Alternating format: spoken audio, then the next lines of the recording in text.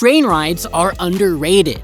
They're comfortable, they're cozy, and most of all, if you pick the correct one, you'll be rewarded with breathtaking scenery. It'll be like a little piece of heaven right in front of your eyes.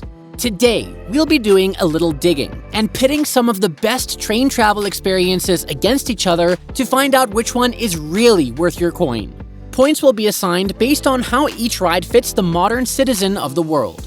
4 rides are competing, but only one can come out on top. And now, without further ado, let's begin with our first contestants. If you're a fan of taking the long scenic route, watching the snow from the comfort of a lavish interior, absolutely godly food, and you don't mind spending a few bucks, or a few $100, and battling it out all the way across the world, the Transalpine from New Zealand. This is for our folks who don't like freezing to death and want to save up while enjoying a view that's equally as breathtaking as the Glacier Express. Gameplay. And now it's time for the showdown. First up, let's talk scenery. And don't worry, because both of these choices have this in spades. The day-long trip will be a feast for both the eyes and the camera roll. When you reach Oberalp Pass, the highest points on the ride at 244 meters, and Lundwasser Viaduct, which is a 6-arch structure that plunges into a tunnel cut into the mountainside, you won't believe that you're on Earth anymore. On top of that, you'll even pass by Rhine Gorge, the Grand Canyon of Switzerland. But while the track might plunge super low physically, your experience will be nothing but highs. But New Zealand's Transalpine is nothing short of eye candy either.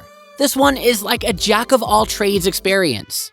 Departing from Christchurch, the train will ride past the farmlands of Canterbury, treating you to the sight of grazing sheep and cattle, and then go on right towards the Alps. After an hour, the ride to the mountain begins, and this is where it gets really good. From the river valleys of Waimakariri River to the stop at Arthur's Pass will make you feel like a speck compared to the massive mountain around. And lastly, to the iconic Franz Josef and Fox Glacier. What more could a nomad possibly ask for? It's a tough call, but we're going to have to give the point to the Transalpine for this one. It's just a lot more diverse than the Glacier Express. But speaking of diversity, do you know what the Glacier Express isn't lacking? Luxuries so lavish, you'll feel like a king. When we said it's a feast, we also meant that literally, because this is a package deal with everything you'd want to eat right there at your fingertips. All the dishes are prepared freshly on board, and you can pair them with the perfect regional wine. And hey, the seating is to die for, but we'll get to that later. On the other hand, the Transalpine is no slouch either. The cafe bar offers food, snacks, beer, wine, and spirits, and the reclining seats, panoramic windows, and skylights offer you a massive level of comfort. But put gorgeous next to cute, gorgeous is going to devour cute. Sorry Transalpine, but the Glacier takes this one. Of course, you're paying a very pretty penny for the Glacier. The cheapest tickets start at over $135 for a one-way journey, with massive discounts if you have a Eurail, Interrail, or Swissrail pass. The Excellence Class Special guarantees you a window seat and a 3-course meal, but prices can easily cross the $500 mark. On the other hand, the Transalpine gives you a flat fee of about $200, and that's nothing to scoff at either. What you prefer depends on how much money you're willing to drop. But for the sake of the cheapest possible option, we're gonna give this one to the Glacier as well. Now, the only thing left is the length of the journey, which is almost even for both sides. None of them get the point of this, but it's pretty obvious that the competition is pretty one-sided at this point. The Glacier is just overall much better in luxury, the experience, and the sheer amount of comfort you get as the package deal. And with the discounts to boot, it blows the Transalpine out of the water. Top train rides are competing for the title of the Paradise Ride. Only one can win. Points are awarded based on each ride's fit for the modern citizen of the world. Watch out, these next rides can give the others a run for their money. Next up, we have the one, the only, Kandy Ella Rail from Sri Lanka. With a long history and marvelous scenery to boot, this ride isn't just easy on the eyes, it's easy on the wallet too. But will its affordable charm compete with its opponent's ultra-luxury? Because not to be left behind, its opponent is the Rovos Rail Namibia Safari from South Africa. Now this is a once-in-a-lifetime experience. You're not just living the lavish life, you're living dynasty rich, like the Queen of England herself. But such luxuries come with a hefty price tag. Gameplay. The two opponents are in the ring. Who will win this round? Let's start with the Candy Ella Rail, because there's no beating this price point.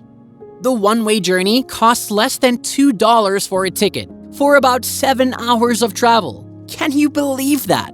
Compared to that, the $13,000 price point for a shared suite in the Rovos Rail feels absurd, even if it is a 3-day journey. There's absolutely no competition here. The Candy Ella Rail easily takes the point for this round. But the question must be asked, how much are you getting for all that money? Well, for the Candy Ella, the ride will take you through the journey of a lifetime. With hills so green they look like they're made of emerald, and dense forests, the likes of which you'll find nowhere else in the world. But what about the views of the Rovos Rail though? The luxury train trek spans about 2,000 miles, and trust us when we say every single meter will provide you with something new. The ride starts from Pretoria and goes into Kimberley, which is a former diamond rush town and houses one of the largest hand-dug mines in the world. It's called the Big Hole. You can't say South Africans don't know how to name things. Then, the ride takes you to the Northern Cape and Fish River Canyon, passing through Windhoek, the capital of Namibia, and into the Kalahari and the Namib Desert before finally finishing at Swakopmund. You'll even pass through Victoria Falls. The journey will take you to Cape Town, which is a treat in itself. If there was no competition with the price points, there isn't any scenery. Rovos Rail will provide you with the best the region has to offer.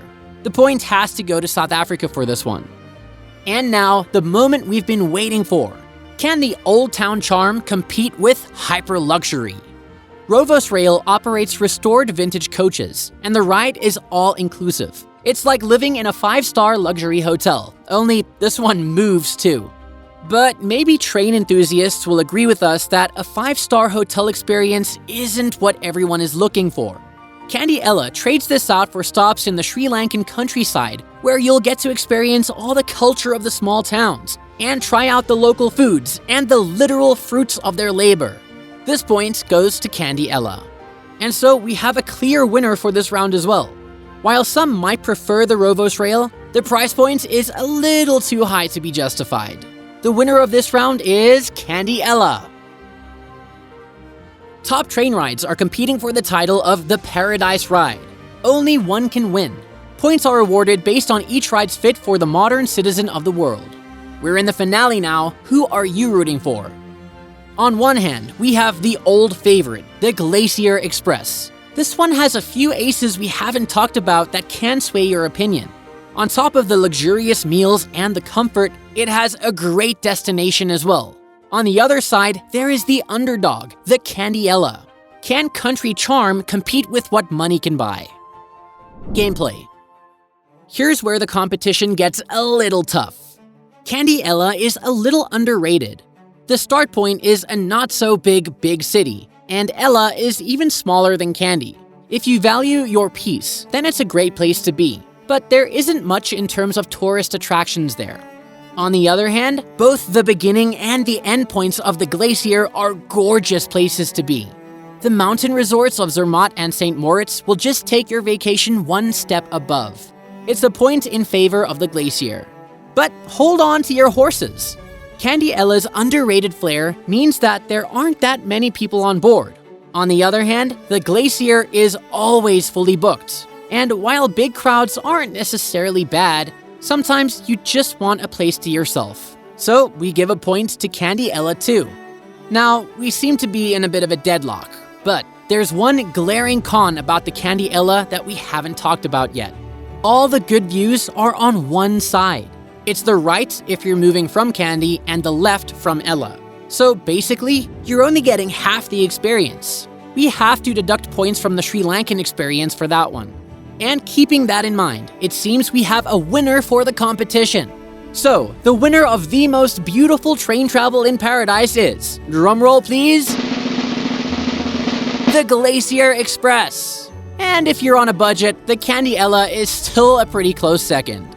So book your tickets now. You're in for the ride of a lifetime. What's your opinion on this outcome? Comment below to let us know and share your idea for the next video.